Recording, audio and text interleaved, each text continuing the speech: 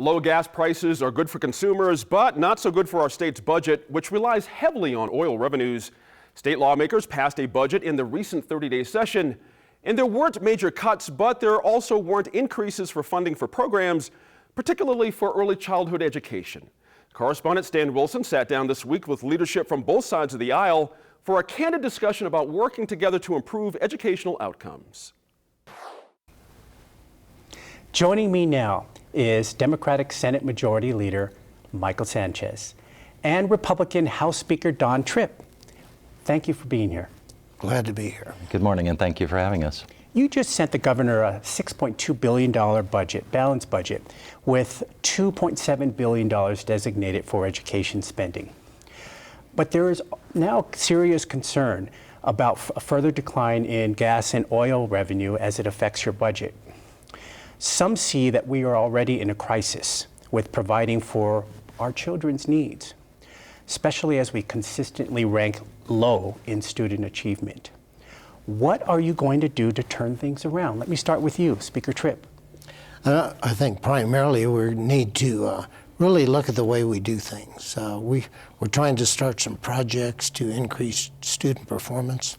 There's one that came out of Colorado called Physics in the Middle School, and they've seen phenomenal success in bringing the D and F schools up to higher proficiency by a simple installation of a program like that to just kind of raise the bar for students. I think our students are capable. I don't think that we're requiring what needs to be done. What do you propose as a solution outside of budget-related issues? Well, everything relates to the budget. I mean, we found out this year that we're $125 million in the hole, basically. And I think what we need to do in terms of education reform is start listening to our teachers and asking them what's the best way to get the best bang for the buck. They work hard for us. They know what the answers are. And I don't think we in the past, the legislature, or the administration, whether it be this administration or the previous administration, has really listened to the teachers in terms of what's best for our students and how to achieve the goals that are necessary. There is growing public anxiety about a concern over a lack of unified leadership, particularly on education reform. What action steps are you both taking personally in your role as leaders in your party to change the conversation so that we move beyond the political polarization that seems to be at a very stagnant place in government? What is your response? And I think we're trying to do that. I know Senator Sanchez and I talk about different issues. I think we talked about the evaluations for teachers last year, and we tried to reach some consensus. You know, when you deal with something like that, the emotions get very strong on both sides. But you have to be able to sit down and talk about it and say, okay, why don't we reach a medium and try to move forward? But it is very hard to do at this point. I know we'll continue to do that, but we are going to have to find some solutions. So how can you? Just primarily, we're going to have to demand that it gets done. We both have constituencies that are pushing from the outside to go a certain direction. But I think at some point we're going to have to reach a happy median in how to make things go forward and actually say, we're just going to do it. And so what have you reached at that point, working with your colleague in bringing both of the differences together? Whether it's child advocate in the area of reform, CYFD and child well-being, the unions, teachers, and the public education department. Well, let's go back a step and recall why this has all happened. Back when Governor Richardson was our governor, he proposed a Secretary of Education. I was one of those who opposed the Secretary of Education. I didn't believe that was the way to go. I thought what we had was appropriate. So he brought in a Secretary of Education and pushed his agenda. That agenda was for a CEO model in terms of education. And then the new administration came in with their choice of Secretary of Education, and she had a different philosophy, a different idea of how to go forward. The problem that I saw was that the Secretary of Education never really related to the legislature in terms of trying to get things accomplished. The Speaker and myself work well together, and we have a lot of good conversations. But when you come in as a Secretary of Education and say, this is the way we're going to do it, and you have to follow my lead, I don't think that's good for the conversation. I don't think it's good for the children. I think it creates a divide, and that should never have happened. Well, let me ask you, as a follow-up there, Senator Sanchez, on the last day of the legislative session, you stated in a news conference that you and Governor Martinez have not spoken to each other That's this right. year. So what are you doing together to facilitate that? I mean, it's part of your role as House Speaker. You work together.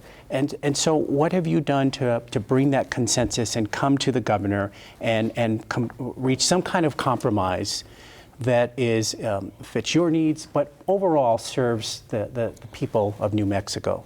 And we've actually tried to do that, and I think Senator will agree the rhetoric softened towards the end of the session. We're not sure why, but it started to soften. I'm hoping that we can all visit a little more in the future. I know the governor is very interested in moving the state forward, but there's been some real animosity over the last couple of years, and it's hard to bridge. Yeah, it is. So as a Republican Yes. and sharing the same party as Governor Martinez, how are you going to solve this? I primarily talk to her a lot. I try to talk to everyone, but we're in a very heated political time right now. We have everyone up for election, and so it's real hard to really, let your guard down at this point, and it's hard for everyone running for office at this point. And let me say a little bit that the Speaker and I, again, get along very well. And the Minority Leader, Stuart Engel, and I get along very well. And the Democrats and the Republicans in the House really in the Senate, really get along well to move things forward, as was evidenced by the Real ID bill that we passed out of the Senate onto the House floor.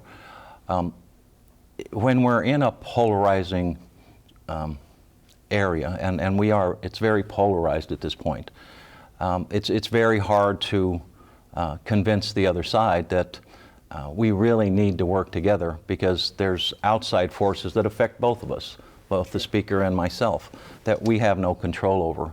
And that makes it a little harder to try to reach out, or for the governor to reach out to us to say, hey, let's work on this together. Well, don't you feel that you're accountable when there is stagnation or a toxic environment, and that is your role and your responsibility as leaders to bring the parties together, to bring each other and reach some kind of solution? Well, I think that's what we've done. I think the Speaker and myself have done that, and the Minority Leader in the Senate have done that. But again, there's outside factors that play into it all that we have no control over. We can only do what we can do as legislators. We work together, we pass the bills, then the administration can either veto those bills or go along with them. It would be nice, I will say this, that the governor would reach out to the Majority Leader in the Senate, myself, and say, hey, can we work things out? Can we do this together? But as my wife says, did I reach out to her to say, hey, Governor, can we reach out? And I guess I really haven't done that at this point. But as I said at that press conference, I'm willing to work with anybody for the betterment of our state, and especially if we're talking about education for our children. Speaker Tripp, Governor Martinez stated recently in her post-legislative press conference that, quote, education is receiving more money than it has ever received in the history of New Mexico. If that's the case, what are those solutions other than money to close the achievement gap? I think we have several things to close the achievement gap. The primary thing, we need to expect more from our students. It's a well-known thing. If you expect less, you're going to get less. If you expect more, you'll get more. I think that's pretty well proven, regardless of where you go. And so I think as we go forward, the more that we expect and demand from our students, the more we're going to get. And so what is the big picture and I'll pose this to you, Senator Sanchez, in terms of improving the lives of children from thinking outside of the conventional way of providing more money, education reform as we know it now? Well, again, I think you have to look at money as an issue because we're not paying our teachers what we should be paying them.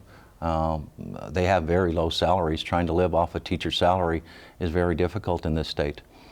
If you really want to get change and you really want the students to do better, I think we need to stop teaching to a test and going back to letting children learn and the teachers to be able to teach them.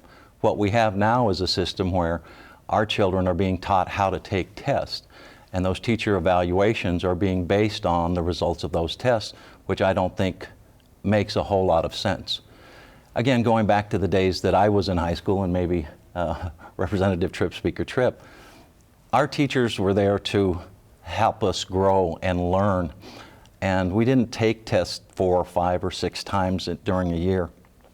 Our teacher was there to help us learn how to be a good student as well as a good member of society. And somehow, in my opinion, I think we've lost that, and I think we need to head back in that direction. And that goes back to my point of letting teachers be able to teach and getting input from them in terms of how best to do it. Speaker That's Tripp, something I really agree with. and so what, pardon me, from this session and this experience, given where we are with student achievement levels, what are you willing to commit to in the future to help close the achievement gap and achieve tangible results and bring the state from ranking 49th to higher when it comes to performance? I'm committed to do whatever I need to do to get that done. The problem we have, you have a giant bureaucracy. It's been created over many, many years. We've tried to legislate how teachers teach. We control the money according to what the teachers do, what forms they fill out. When I do talk to teachers, I agree with Senator Sanchez. They tell us, you know, if you just let us teach, it'd be a lot easier for everyone and we can get a lot more done. But so many teachers spend so much time filling out the forms, accounting for, you know, did the student show up? Have they called their mom? If they didn't, have they been fed, and all this sort of thing, which should not be the job of the teacher. And Senator The teacher Sanchez, should be able to teach. what will you commit to change this course and bring the state into a path Sure. of moving at the bottom of the levels of student achievement in the country? Well, I'm committed and have been for many years to early childhood education, prenatal, postnatal, and getting those children healthy so that when they go to school, they're not hungry, they're not ill, they're able to learn, and they're able to be taught, and they work harder. Remember, our state has a very high rate of poverty, if not the highest rate of poverty for children. And we have to take that into consideration when we're talking about education. A lot of times, children that are going to schools aren't fed. Some of them are ill. So if we look at that early childhood education that we've worked on for many years, and there's a difference in philosophy from members of both parties in terms of the permanent fund. We have about $17 billion in a permanent fund. It may have gone down a little this year. But using some of that money, again, for prenatal, postnatal, if you have a healthy child and they learn, that child is less likely to get in trouble. They're less likely to go to the hospitals. They're less likely to end up in prisons. So starting at the front end rather than at the back end, to me, is a commitment that I've made and will continue to make as we go along. Gentlemen, thank you. Appreciate you coming. Thank you. Thank you for your time. We really appreciate it.